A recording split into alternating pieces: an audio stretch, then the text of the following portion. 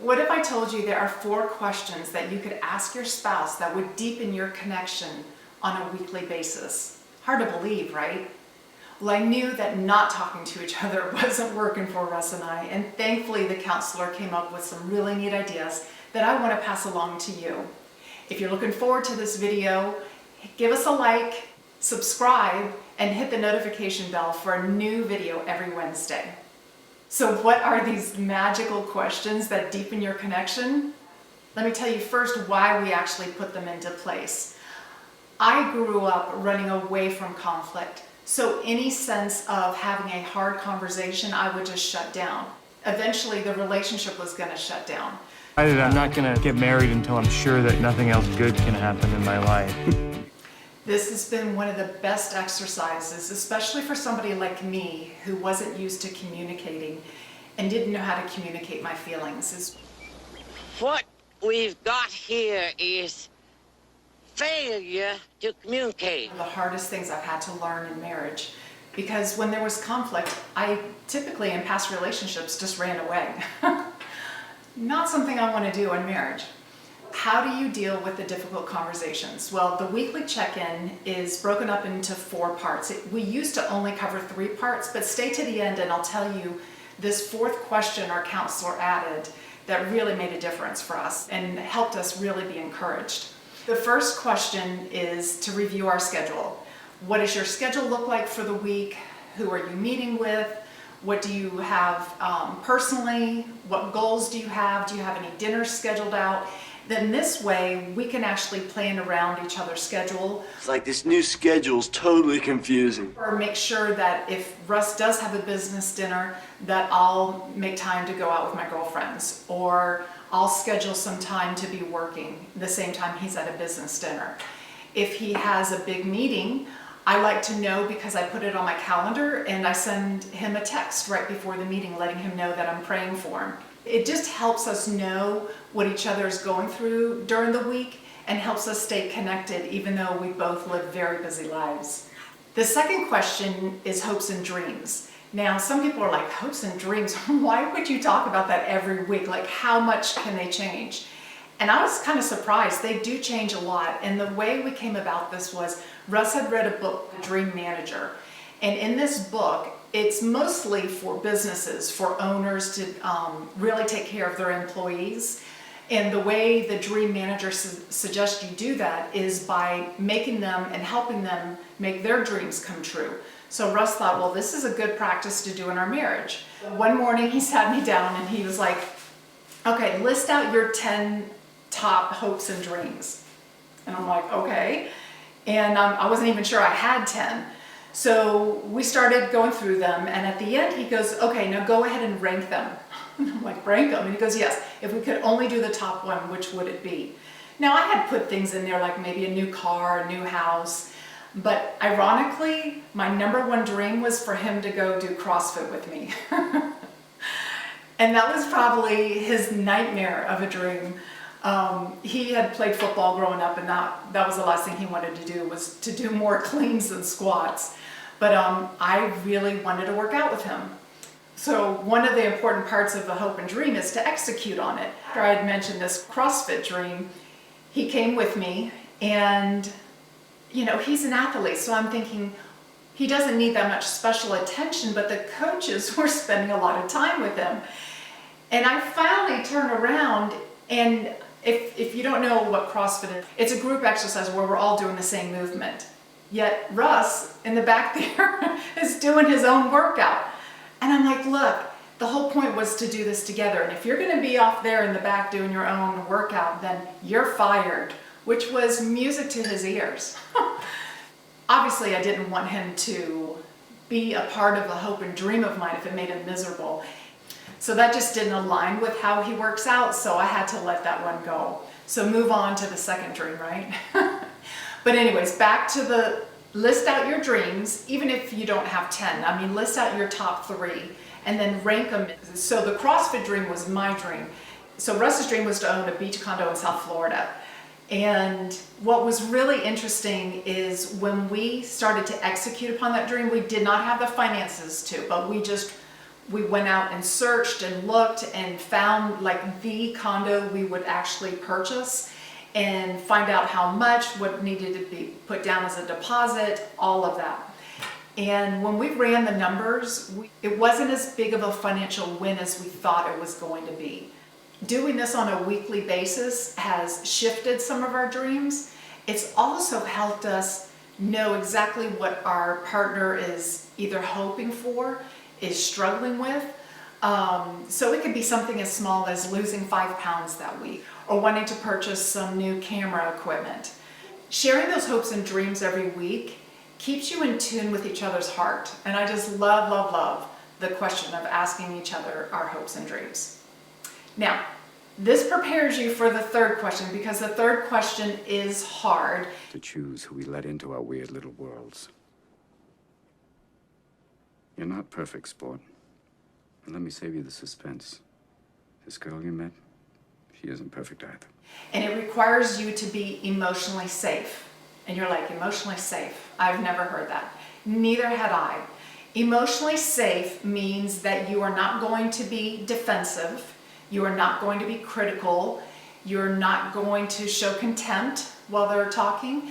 And you're not going to stonewall them, which, hello, my middle name was Stonewaller. That basically means shutting down on your partner.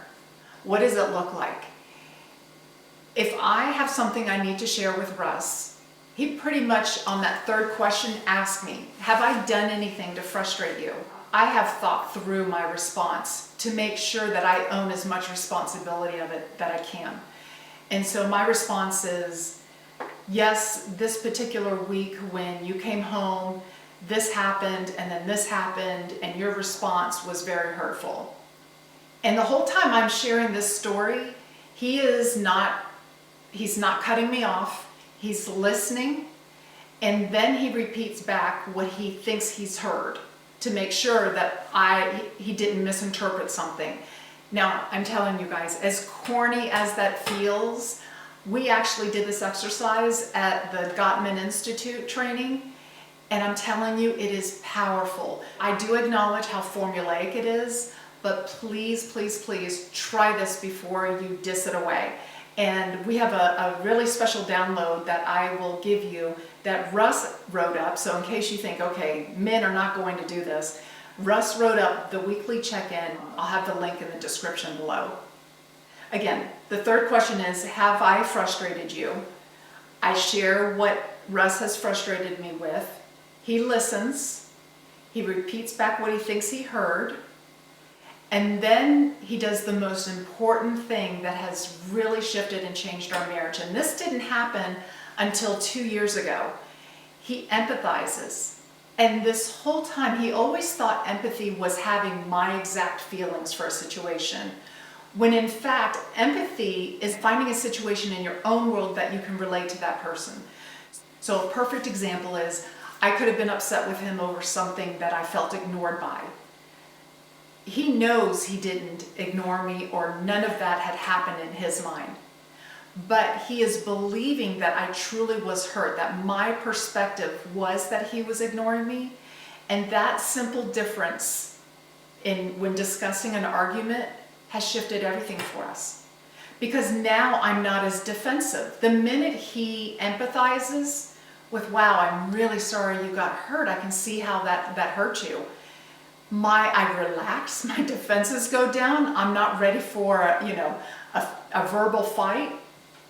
And then it actually helps me take responsibility for my part. So I can say, this is one of the filters that I see through. And it's hard for me not to think it's happened. Okay, next time, what could I do differently that would help you not feel ignored? And I would give him a solution, and if he says he can do it, he'll try. If he says he can't, then we'll come up with a different solution.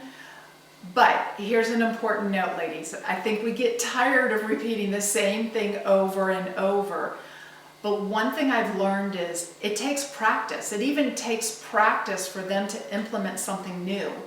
So the next time it happens, and let's say he wasn't able to do the thing that I asked, I know that he really wants to and that he really does try, or maybe he forgot, or he was in another mindset. But I'm a lot more forgiving and more accepting because I know each time we both are going to get better and better. That's what it means in being emotionally safe, is being able to receive what is being said, being able to empathize, and also come up with a solution to prevent that from happening again. But given the grace when it doesn't.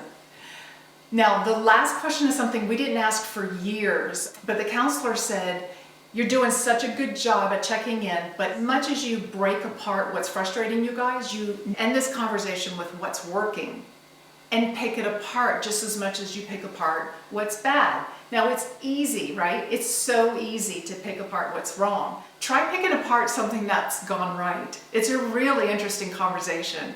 And we will take the time to say, thank you so much for washing my car. Okay, he says you're welcome, end of story, right? But if you use that as one of your last things to go through in this weekly check-in, thank you so much for washing my car. The fact that you knew that that was something on my list I needed to get done, you knew I didn't have time to do it, and I was picking up some company from out of town, and it was really important to me to have my car clean, and the fact that you went out of your way to do that, that meant the world to me. Now he has heard specifics on why that meant so much to me, and you leave this conversation feeling encouraged. Now, I need to back up to the third question. We both have grown so close from going through that third step. Now, as a former, I like to think I'm a former Stonewaller, right?